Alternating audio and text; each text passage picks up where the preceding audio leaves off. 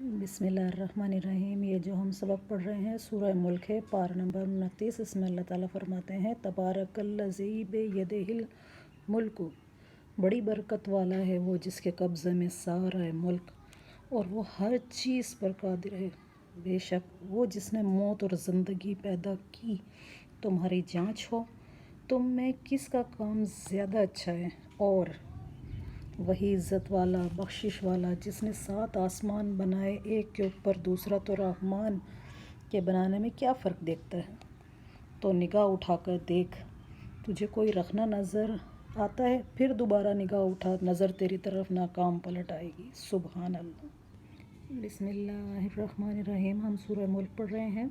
اس میں دیکھیں اللہ تعالیٰ فرماتے ہیں ان الذین یخشون ربہم، بے شک وہ جو بے دیکھے اپنے رب سے ڈرتے ہیں اور ان کے لیے بخشش اور بڑا ثواب ہے، واجر کبیر، اور بڑا ثواب ہے۔ اور تم اپنی بات آہستہ کہو یا آواز سے، انہ علیم بذات الصدور، سبحان اللہ، وہ تو دلوں کی بات جانتا ہے۔